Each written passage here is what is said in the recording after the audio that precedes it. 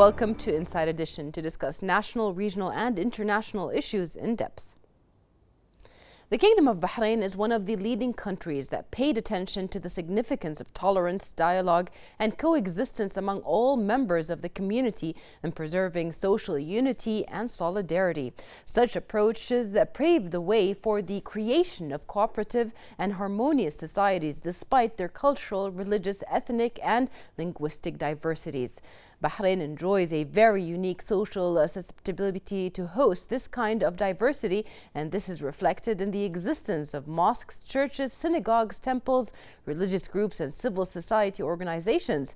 To talk more about the importance of social dialogue and ways to spread it, we are pleased to be joined by the chairman of Bahrain Foundation for Dialogue, the BFD, Mr. Suhail Al-Qasaibi. Welcome back. Joining us in the studio is Mr. Suhail Al-Qasaibi. Thank you very much for being with us today. Thank you for having me, Sarah. It's a pleasure. The Foundation for Dialogue, Bahrain Foundation for Dialogue, based on a lot of initiatives that follow up on the cohesion between societies, the cohesion between religions and so on. Bahrain originally has that kind of fabric from many thousands of years ago. So did it really help that Bahrain's original basis or platform helped in facilitating this cohesion and this kind of tolerance between people? It's a very good point you raise, and Bahrain, as you know, is a trading post or trading hub, let's call it, for thousands of years, which mixed many different cultures. You know, you have in Bahrain, even the Bahraini dialect has words that are from Farsi origin, from Hindi origin, and even from the English language. We have many words that are from the English language. Yeah. And it's been a melting pot. The Bahrain Foundation for Dialogue, formerly called the Bahrain Foundation for Reconciliation and Civil Discourse, was born out of this crisis to try to bring people together. Now, to be frank, it was when we started this foundation, there wasn't a single person who said, don't do it, this is not right, this is not... In fact, yeah. we had no challenges in starting and doing our activities, and it was really about focusing on bringing this cohesion back that we have in Bahrain. And we've had the pleasure of visiting many other places around the world, and whenever we look back, we think whatever happens to us, we are still far better off than many other countries that have had conflicts. But overall, we're happy with the response in Bahraini society, where there really is an acceptance for this, an acceptance from many different, let's call it different sectors of society for these activities. So when you did the Bahrain Foundation for Dialogue, what was the basis where you thought this is a risk, but it's going to work out? How did you come to that conclusion? That's a really good question, Sarah. I think myself and my colleagues, when we started this, fundamentally the Bahraini person is tolerant and is accepting, and we, in our small way, contributed to helping bringing that back and maybe making it a little bit stronger even than it was before. So we're really very lucky that Bahrain is unique. I think that it's so multicultural, multi-ethnic, multi-religious, multi-sect, but still there's this huge amount of tolerance, and we're always eternally optimistic that things can improve even further. Yes. Bahrain society, the Bahraini original society is based a lot on having a social dialogue. In Ramadan, they have the majlises. Correct. His Royal Highness the Crown Prince always has his majlis that's always open to everybody, Correct. The Prime Minister. So, and also you yourself, you have your own majlis where people come, and it's also well known within the social environment. From your point of view, what is the importance of spreading awareness of social dialogue among the society in general, and specifically the youth, which you have taken upon yourself to target? That's a great question. I think first you mentioned His Royal Highness the Crown Prince, and I would like to give credit where credit is due. When the idea of creating the BFD came to me, the first person approached was His Royal Highness, and I said to him, look, I'll only do this if you endorse it. And the reason I chose him is well, I'm a big admirer of him, and especially the efforts he did during the crisis. He really, you know, he put superhuman effort into trying to resolve this crisis. You know, unfortunately, history led us where it led us. But as someone I admired, I asked for his endorsement, and to give again credit where credit is due, He didn't ask many questions. He said, I think this is good for Bahrain. He gave us a letter of endorsement, and he gave us his blessing. And I still have this letter today. It's something that I cherish very, very much. To answer your question, the importance of a dialogue, I think, is underrated. If it is my personal belief that almost any crisis can be solved through dialogue, from the micro to the macro level. So if there is a household where the husband and wife have a conflict or a crisis or something, how do you resolve it? You resolve it through dialogue. Dialogue is not always easy, but it's the best tool available, I think. Conflict between a parent and his or her child, how do you resolve it? Is dialogue. And dialogue doesn't just mean speaking, it means listening. If you look at on the neighborhood level, again, dialogue is so important. You might have issues with people parking in the wrong places, or with the people throwing the trash in the wrong place, or you know, so in a neighborhood, conflict can arise. On the national level, conflict can arise. Interborder, regional level, conflict can arise. And it is the most important tool to solve conflict is dialogue. But dialogue is not easy. It's a process. It's not an event, or even the word peace, when they say the peace process, because it's a process, it's an ongoing process. And if we are very proud to be able to teach this concept. We have our own training programs. We have a training program called Taysir, where we teach people on the tools and the concepts of dialogue, the importance of listening and understanding. And we're very proud of the fact that many young people are drawn to this. Yes. We want them to learn that there's other ways of solving conflict, other than losing your temper or, heaven forbid, violence or whatever. So we are very pleasantly surprised by the acceptance of youth to our programs. We've had people as young as 15 or 16 attend. But it's not exclusively for youth. So sometimes we've had in the past where we've advertised a program or announced a program, a training program for 18 to 30-year-olds, and we have a 50-year-old grandfather who comes in and he's keen to attend this program. So I think it is fundamentally important. It is my dream to actually take this concept further and to see dialogue actually be taught in our curriculums. Yes. For every child, when they graduate from school, to actually have the concept of social dialogue ingrained in them. Inshallah, we will get there. Inshallah. It's actually something that has been in schools a long time ago, but was somehow removed. When you come think about the idea of recess or home class and people sitting together, the students sitting together and having that dialogue within a supervised atmosphere, that was sort of the way in school we learned how to talk to each other and have that dialogue. But with the pressure of time and the pressure of new careers and this whole pressure of high achieving students, I mean, a lot of students nowadays have that target of being high achievers and so on. Time for dialogue cannot be made. So how do you integrate it into a society that is so high tech, so fast, that there is really no time to have that constructive dialogue?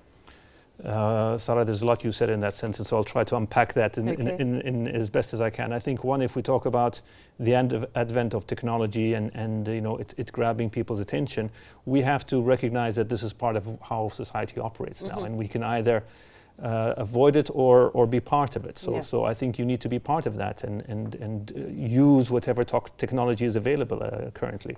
So we try to do that as much as possible. We're in social media, we're on YouTube, we're on Instagram and these kind of things. But I think one should never lose hope. If this process existed and it is indeed gone, it can always be brought back. I don't think, you know, as long as you are providing something of value and you can show that it's important to society, then people will make the time for it. Yes, correct.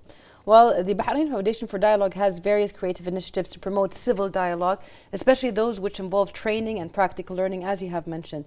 What can you tell us about your training programs? How did it lead until you got into Taysir, or you created Taysir? Thank you so much for asking that question. We signed a memorandum of understanding with the world's largest peace-building organization, which is called Search for Common Ground. And what they did is they came to Bahrain and they did an 18-month program with us, where we did train-the-trainer programs. We then did what we called an ideas marketplace.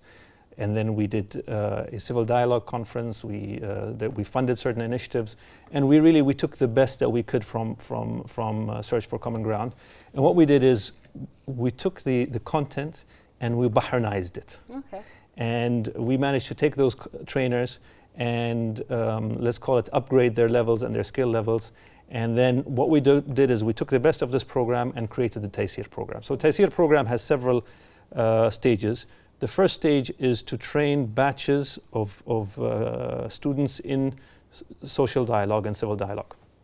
There's two components. It's about how do you design a dialogue program and how do you facilitate a dialogue program.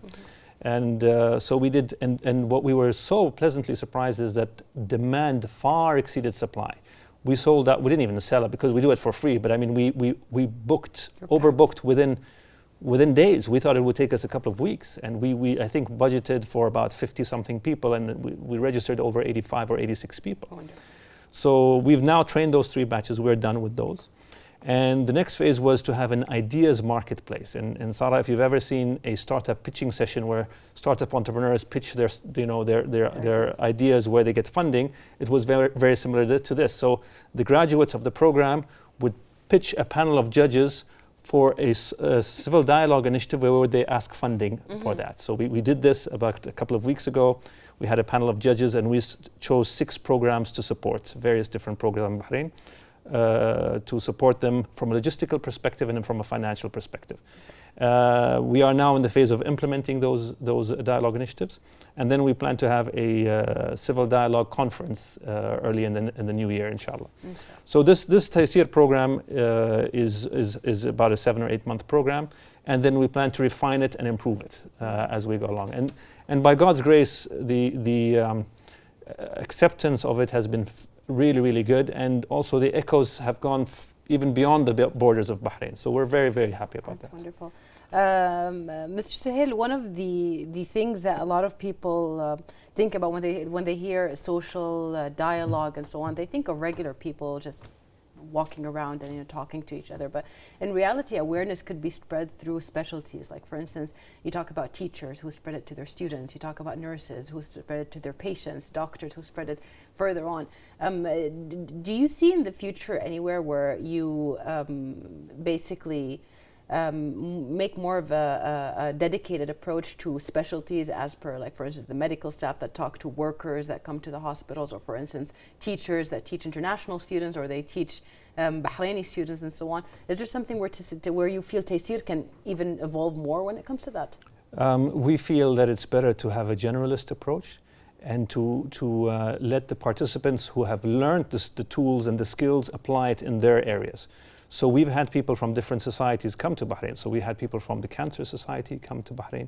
We had people from the society that takes care of former addicts.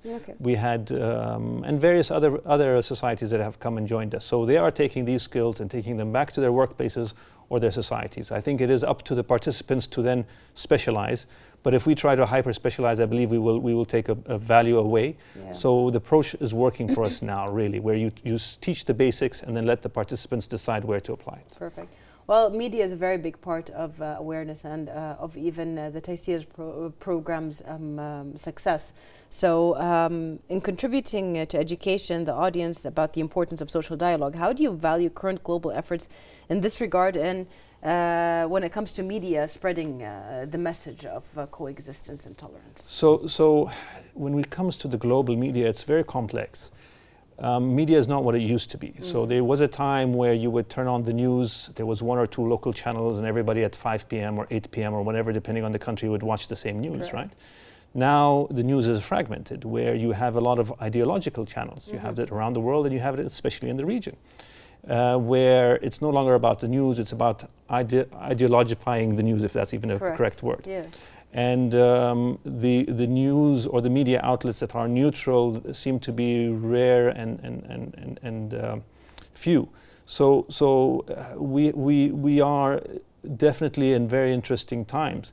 So it is necessary for people like us to really try to be a voice of reason in this fragmented world and this polarized world that we are now. So, but the good news is that you also have the social media. The social media is a double-edged sword. It's an outlet for extremists, voices of hate, We see this again in the region. We see it, we have conflict in Iraq and other areas. Sectarianism is on the rise, and the social media echoes this. But it can also be a voice for good. It can also be a voice to hear the message, the positivity, the true message of Islam, the tolerance of Islam. So it's a mixed bag, but I think if you know how to use these tools, you can use it for the greater good. There's a question that keeps coming to my mind. I've asked this to several of my guests who talked about introducing, enlightening people's minds when it comes to anti-terrorism in schools, teaching things like patriotic subjects and so on. And what comes to me is when you're on social media, or when these youth are on social media, or even adults, people, businessmen, whoever it is, I see a lot of people that don't know how to answer to certain slurs or questions that are being stereotyped, Arabs being stereotyped, certain religions being stereotyped. So how is the awareness, or how should people approach such, if they have to write something on social media, how should they approach it, and giving an answer that does not put them in a position where they seem biased or they seem defensive? And does Taysir or even the foundation really create such a training basis for them to go to and say, okay, I want to know how to answer these bullying or stereotypical comments? Your comments on that? There's a few things to say about this excellent question. One is the answer to hate is not more hate. If you are on social media or live in person, are bullied or attacked and whatever, the correct response is not to give the same back. And this requires a lot of working on yourself, really. The most important person you can work on is not the guy that's attacking you, is you yourself. Correct. To be able to have the compassion, despite of the attack, to not give a negative response. And speaking of social media and bullying and so on, when we started the foundation back in 2012, the social media reaction was very, very negative. And it stayed like this for a couple of years, 2012, 2013, maybe up to mid-2014. And it was really, there was a lot of, I was ripped apart on Twitter. Twitter at the time was a new medium, if you remember, and it was really used to sort of as a way you can attack people, and many were anonymous. So there was someone who tweeted me something pretty nasty. I don't want to repeat it here. And I had to really sort of control myself, and I replied in a very respectful manner. And then he replied again, and I replied again in a respectful manner. And we managed to get this guy's contact details, and we invited him to one of our events. We call these dialogue dinners. These we don't talk about this much publicly, or at least we don't put pictures and stuff about it, but we invited him to a dialogue dinner. And he saw the process that happens, and he saw the fact that we have this dialogue dinner, different people, different sectors, different backgrounds, different ideologies, we all come together, no media, and we sit down and we have a dinner together, and we just have a chat together. When he saw this, on his way out, he came and he kissed me and he said, Mr. Sayyid, I'm so sorry. I said, it's okay, don't worry about it. He said, no, I attacked you. And I said, it's okay, it's in the past. Then he went back to his area, and he invited us in Ramadan to have a sort of a mixed sect iftar in Ramadan. So the response to hate is always compassion and love, but I'll be the first to admit this is not easy, and one has to work on oneself. And again, these are some things we emphasize in the training program. It's not about your ego. You really have to control your ego and think of the greater good. Yes. Well, in performing its role, Bahrain Foundation for Dialogue deals with several local and international institutions through exchange visits and expertise. These cooperations, of course, have a very great value, but how do you get to the point where you choose the institution that you would want to involve in such a very sensitive subject of dialogue and creating it or fixing it on the right path?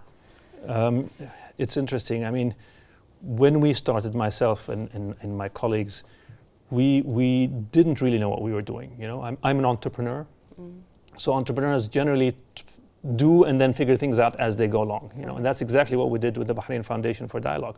We started having dialogue dinners, and we sort of figured this out as we went along, and we discovered that there's a huge world out there of peace building and dialogue and reconciliation, so many organizations around the world. We didn't seek many as much as people started approaching us. And within our board, people had contacts here and there, and it sort of just happened. And I want to talk about some of the learning trips we had abroad, if you don't mind. Please. We were put in touch with an organization in Northern Ireland called the Causeway Institute. Mm-hmm. And we had the honor of going on a visit, I think it was back in 2012 or 13. And we went to Northern Ireland. We learned about the peace process in Northern Ireland. We met with former IRA terrorists and unionist terrorists, people who have reformed their ways. Mm-hmm. And that was a pivotal learning trip for us. It really, really was remarkable. And we felt very privileged to go there and learn from them. A few years later, we went to South Africa. We met people from the ANC, the African National Congress, which is, of course, Nelson Mandela's party. We met people that worked directly with Nelson Mandela. We met people that were involved in the transition from apartheid to a republic or to a democracy. Mm-hmm. One of my dialogue and reconciliation heroes is a gentleman named Roof Meyer, Mm-hmm. who was a former apartheid minister who was one of the key architects in the transformation in South Africa. Having the ability to sit and learn at his feet, as it were, was just absolutely remarkable. So we feel very, very privileged that we managed to have these cooperations with these international organizations. There's another organization in the US called Beyond Conflict, founded by a gentleman named Tim Phillips. And we learned so much from these people. We had learning trips to the US. We went to Lebanon. In Bahrain, we have two main sects here, two noble sects, as we say. In Lebanon, I believe it's 19 officially recognized sects. So each model is different, and there's so much to learn. So we feel very, very privileged, and we try to take what we've learned and apply it in Bahrain to make our society even stronger than it is today. Yes, that's a wonderful thing, especially that the foundation is fairly young. It's about 7 years old. Correct. And it has grown vastly, but as you said, it hasn't been under the spotlight of the media. And I think that is something really noble, because it gives it that security of, listen, this is between us. We don't want people to know about it. Let's fix our issues together, or let's talk about how we can fix our issues together. How do you see the foundation going more mainstream in the future, or do you think, okay, we're in a good place right now and we're going to keep it this way? The foundation is growing at I think at the correct pace, let's call it this way. And I want to again give credit where credit is due. When we wanted media attention, and we've sent out press releases or done press conferences or involved the media, the response has always been very positive. And we've done events where we've shied away from the media, we've not informed them. We've had people come to dialogue dinners, try to take pictures on the social media. We've always said no, please, and so far everybody's always respected that. So we've not had issues in that regard. So the media has been as involved as we would like them to be. And I think we are fairly mainstream at the moment. And again, if we go back in time to 2011, 2012, things were very, very tense. When we tried to do an event, people would ask, who's behind you guys? What are you up to? What is this exactly? Who are you bringing? We weren't welcome in certain areas in Bahrain. Now, I would say the acceptance is almost pan-Bahrain. With some exceptions, of course. We still have a long way to go. I don't claim by any means that we've reached all our maximum potential. Understood. But we're growing at the right pace, and I think we're in the right direction. Yes. Well, another question that I have to you is, when we create this atmosphere of coexistence and tolerance, and especially me as a media personality, you as an entrepreneur, people always say that we make it seem so easy because of our backgrounds. Me and you have the different cultures that came together, the Arabic and the European, but for me it's never been about that. For me it's always been, as a human being, I want to be tolerant. I want to accept everybody. And I see that in you as an entrepreneur when I follow you, this side aspect, not the foundation itself. And a lot of other people, it's not about your culture, it's not about how you were brought up, it's more about who you are as a human being inside. And these are things that, do you think can be taught, or are they things that are acquired? Are they things that you're born with when it comes to real humanity inside, and how you deal with other people from different religions, different countries, different areas, especially with this huge difference when it comes even to the workforce between Europe and between the Gulf state, and we have that whole hierarchy difference. So how do you approach that? Sarah, thank you for that very easy question. I think there's two components here to this question. One is, can you teach it? You can teach it to someone who's open to learning it. Mm-hmm. If someone is closed-minded or narrow-minded and they've made up their mind, there's nothing you can do. All you can do is sort of, extend your hand, send out a signal that if they want to dialogue, if they want to talk, if they're open to listening, then your hand is extended, as it were. Sorry. But if someone does not want to learn, they will never learn. And the opposite is true. Even if you're 90 years old and you're open to learning something new, you will learn something new. And even your values could change, your way of thinking could change. And we've had people come to us and they said, my view of the other sect has changed because of the foundation. So we're very, very proud of that. If I speak from a personal history perspective, which we have similar cultural backgrounds, I have a Saudi father, God rest his soul, had a Saudi father and a German mother. And we grew up that this is our father and this is our mother, not realizing how exceptional this relationship was. And if I were to look back on the relationship my parents had, I would say that it was based on a few foundations. One is it was based on love. Yes.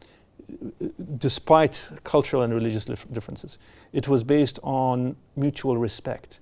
And it was based on tolerance. Yes. And if you actually look at these concepts, they're in every religion. Yes. They're in every, the core of every religion. Many religions have been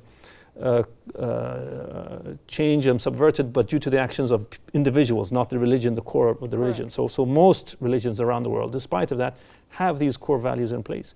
So I look back and I realize how lucky we were and how fortunate we were in having these role models in front of us. And growing up, we would obviously celebrate Eid like any other family did, but we also celebrated Christmas. Okay.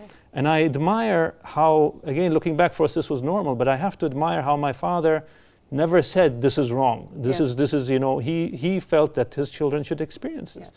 Yeah. He never said to my mother, convert or change your religion or anything like this. And she never judged him for what many Europeans regarded at the time as an unusual religion or strange religion and so on. So I consider myself very fortunate, and I think definitely on a subconscious level, this has been a key factor in the desire to create the foundation. I've only brought this to my consciousness recently, and I realized how important this was, and I feel very lucky about this. Yes, yes. I believe the same, especially that a lot of the interactions that are faced on daily basis are on your exterior. Oh, correct. You look like a European. Oh, you look like an Arab, or you look like so and so. So it's not like that. It's you look like something, but you are actually something different. It's how the way I react to the way you talk. I talk to you and the dialogue that comes in. So. I agree totally with you that it was never a culture shock that I went through. Right. It was a diversity that was extremely welcoming, and it really prepared me for the world we live in today specifically. It was our normal, wasn't it? Yes, it was our normal. Okay, so the foundation assesses its constant success. So how does it assess this constant success, and what can you tell us about the future plans of the Bahrain Foundation for Dialogue? And I want to correct Sarah. I think you said it's not constant success. It's when you're an activist and you're trying to adopt a cause and help society change or help veer it in a different direction. It's always 2 steps forward, 1 step back, and sometimes it's 1 step forward, 2 or 3 steps back. Mm-hmm. So the last 7 years have not been easy by any means. I would say the most successful has been the last year, maybe, of the foundation, where we've really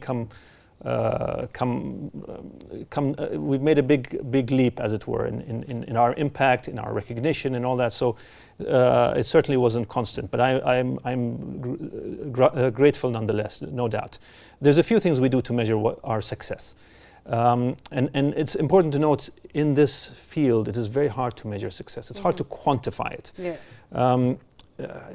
How do you measure an impact? If I've been involved in the training of a 13-year-old teenager, and I know it's changed his life and it's changed his trajectory, it's hard for me to measure that directly. Yes. But I'm hoping that one day someone very senior in the government will say, when I was a teenager, I went to the BFD's course and this changed my life, you know. Yes. So, but what are the metrics that we're using? One is the number of people that we've impacted directly through our events, and which is today at around 2,130 something people that have come directly to our event. I think there is some sort of multiplier effect, but it's very hard to measure. So it's probably a little bit more than those 2,000 people that have come in. We also do surveys per event, and we ask people to rate the event, how it was. And invariably, the rating is very, very high. In the Taysir program, we didn't get any rating below 9.3 out of 10 on average, which is something we're extremely, extremely proud about. The other thing is we try to monitor media coverage, how well it is, how is the media responding to us. And so if we use these indicators, we are definitely heading in the right direction. And then there's sort of positive indicators that were not planned. We're being communicated with to more and more from outside of Bahrain. So the Bahrain Foundation for Dialogue was invited to attend the World Tolerance Summit in Dubai. I had the pleasure of chairing a panel there. I was invited to a United Nations conference in Geneva in May. Yeah. And this is a testament of the international reputation that the BFD is developing. I was interviewed at least 6-7 times for master's or PhD's theses where people are doing degrees in peace building or dialogue or reconciliation or something like that. So the BFD is mentioned in different academic studies. Yeah. So this is for us a huge bonus. So inshallah there will be more of that. Inshallah. Well, being in this field of dialogue and being in Bahrain, of course, one of the main institutions that governmental institutions that basically fight for coexistence and tolerance is the King Hamad Global Center for Peaceful Coexistence, and one of the important factors which I was very lucky to be a part of was the chair, the King Hamad chair that has been set in Sapienza University. So such a program and a chair that is under the name of His Majesty King Hamad bin Isa Al Khalifa, which helps people to understand and further enhance the understanding of coexistence in their academic fields and then further to other students. How important is it to make more programs like this? How important is it to support a program such as this itself? I think it is vitally important. Like I said, in my view, the virtually any crisis, from the micro to the really small, to the macro, to the regional, international, can be resolved through dialogue. So the importance of spreading the message of dialogue, coexistence, tolerance is I cannot tell you. There's probably no words to describe the importance of it. And I'd like to again give credit where credit is due to the degree that it matters what I say about this. But the existence of a chair like the King Hamad chair, His Majesty's initiative in this, I think, is very good. It's good for the world. It's good for Bahrain, and it embodies His Majesty's view of having a multicultural, religious, and very, very tolerant and understanding society. So His Majesty is pushing in this direction, and hopefully all of us, we go in this right direction. And if we all work together, not only will Bahrain benefit, but I think we can be a model for the rest of the world. And I believe this very much. The Bahraini model and eventually will become a model where the other countries will look towards and try to learn from. Yes. My last question to you before we end the show is, what is the future of the BFD? What is the future of the Taysir program? Are there other programs? What's the future of the dialogue initiative that you have introduced? Thank you for asking that. Definitely the Taysir program is something we will continually do and refine. We'll try and perfect it every year. We'll do it at least once a year. It's becoming the backbone of the BFD's activities. So hopefully refine it and improve it. And in my head, and with my colleagues at the board, we want to see how we can sort of maybe franchise it or take it outside of Bahrain. Yeah. How can we? So there's a lot of work that needs to be done, but we want to sort of template it and be able to take it outside of Bahrain. So I'm hoping we can do that in a few years and to have our positive influence outside of the kingdom. In addition to Taysir, we will continue doing our behind closed doors the dialogue dinners, various community outreach programs, and really spread the message of tolerance and peace. Today we are about, give or take, just maybe under 50 members. We have new members applying to the BFD every month, really. Yeah. And we have some really, really remarkable members from different religions, different sects in Bahrain that believe in the cause, and they really want to spread the message of dialogue, peace, coexistence. And I feel very fortunate to be able to work with such people. So I would maybe humbly say, watch the space. God willing, the BFD will become even bigger than it is today. Inshallah.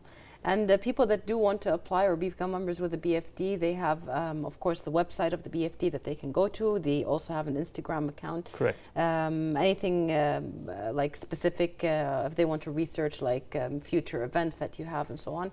If you follow us on Instagram, we announce everything there. We're fairly active there. The website is bfd.bh. Thank you for allowing me to mention it. People can go there and apply and find out more about this. We welcome everybody as long as you believe in the values, you don't have your own agenda.